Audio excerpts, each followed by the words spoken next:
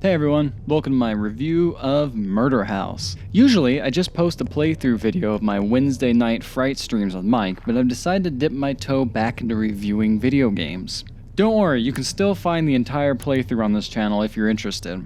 So Murder House is my introduction to the developer Puppet Combo, an indie horror game developer who's been revered by the lo-fi horror community for their faithful throwbacks to 90s horror games. All I can say is, it's fantastic. Murder House is a tense and ominous 3-hour love letter to classic PlayStation horror games, complete with tank controls, extensive customizable old school aesthetic, stiff character animations, and horrific acts of violence. It's easily one of the best throwback horror games in terms of presentation and pacing in recent memory. The story revolves around the killings and the impact of the Easter Ripper, a child serial killer who masqueraded as a mall Easter bunny in the 80s. In the prologue, you play as one of his victims, and you witness some of his heinous acts firsthand. After this brief tome piece, the point of view shifts over to a local news crew breaking into the house of the now dead serial killer to do a story on the house. Now, this review won't contain any spoilers because it's a short game, but I want to go over the plot just a little bit. You play as the intern, Emma, who has to, of course, do all of the boring tasks an intern has to do, such as fetch water, turn on power, and of course, do the actual breaking and entering. I hope she's at least a paid intern, but knowing Gary, the guy you work for, probably not. Gary is a disgusting producer who only cares about getting the story. There's also Tom the camera guy and Dana the reporter to round out the cast.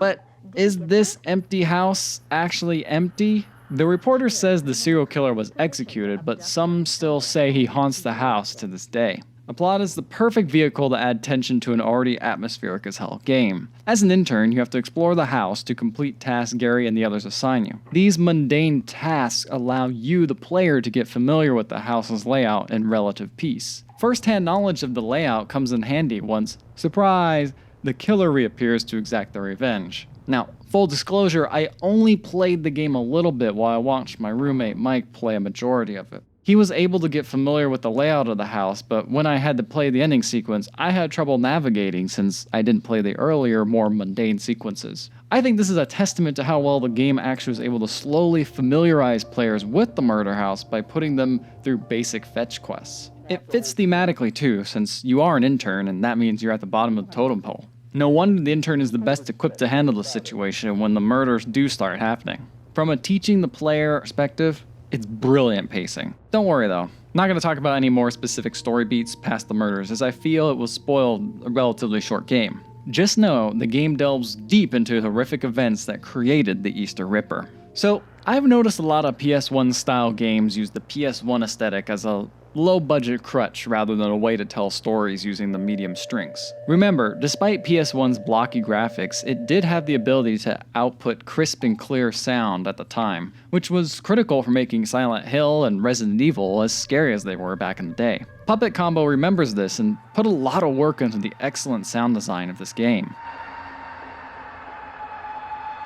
With an oppressive synth soundtrack that ebbs and flows with the intern situation, Puppet Combo's stellar sound design breathes life into these low-poly models and environments. A random creak in the house could be the killer sneaking up on you, or just the old house settling. It always keeps you on your toes, even before the murder begins. The sound design fills in the gaps lo-fi graphics leave and make the low-poly images in your head even scarier than they appear on the screen. As Puppet Combo proves, you can control tension and create a genuinely creepy atmosphere as a small team if you just utilize freesound.org really well. Now, one of the other hallmarks of PS1 style horror games are the tank controls. For those not familiar, tank controls mean your character controls like a tank with treads. Your character walks forward by pressing forward on the stick or W on the keyboard, and can only turn left and right when standing still or running forward. This was done back in the day because cameras were fixed in one position and would pan to follow the character.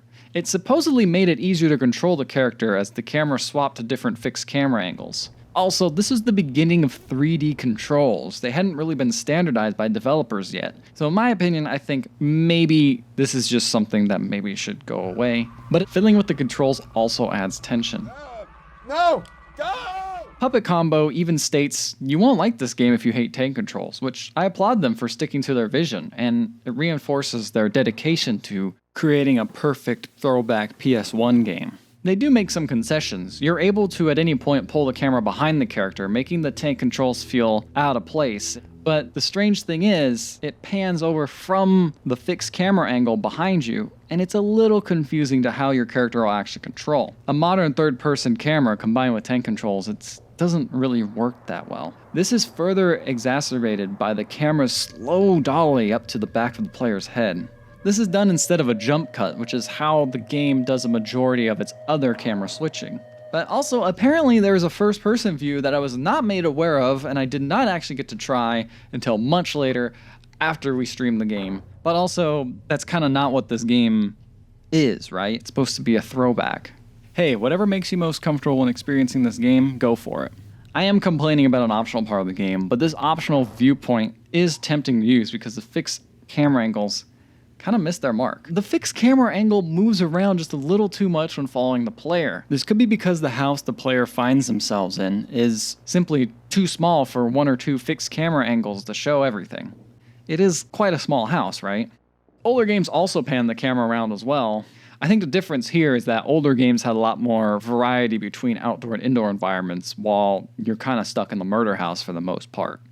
But in the end, when it comes to camera options, I think I'd stick with the fixed camera angle as it feels most at home with the tank controls, even if it's not perfect.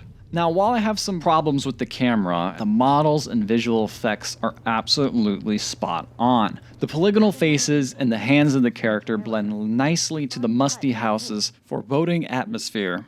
The way all of the characters animate as if they have back braces brings me right back to the original Resident Evil.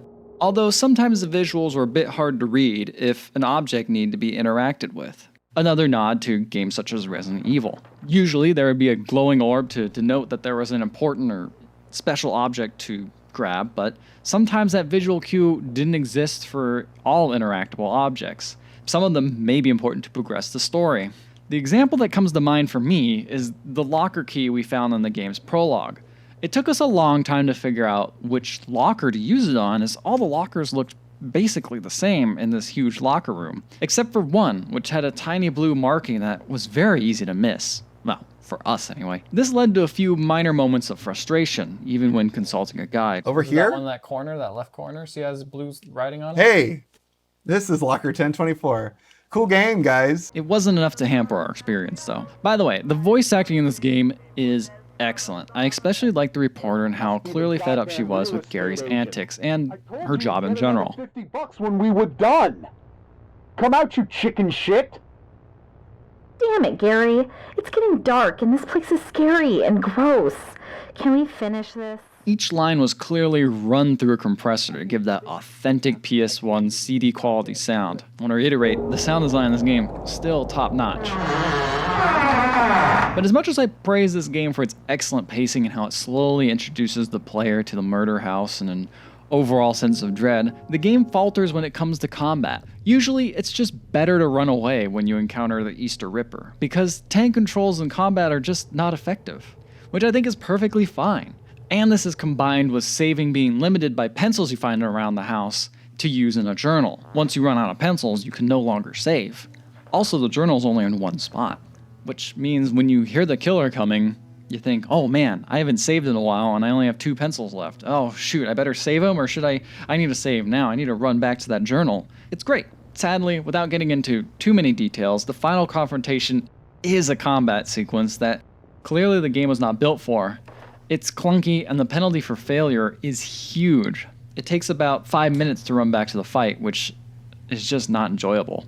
A couple of ways this could have been prevented is give you more of a reason to engage with the combat throughout the game, or reduce the penalty for failure, or allow the game to pause mid-combat. Any one of these would at least alleviated some of the frustration at the ending sequence, which brought our enjoyment of the game to a screeching halt. I have also heard anecdotally that using the first-person view actually makes the last combat sequence fairly trivial. But I don't think the ending is enough to ruin the game, but it definitely left a bit of a sour taste in my mouth in what was otherwise would have been a nearly flawless encapsulation of mid-90s horror. But it is absolutely critical to see the end of the game because it really ties the whole Easter theme together in more ways than I expected.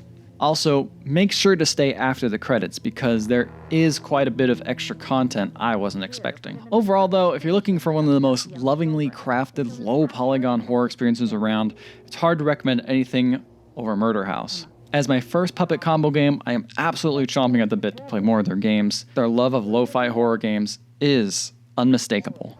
Y'all, if you enjoyed this review, make sure to subscribe to my channel. Also be sure to check out my Twitch, where every Wednesday, I'm streaming indie horror games to the masses. Come hang out.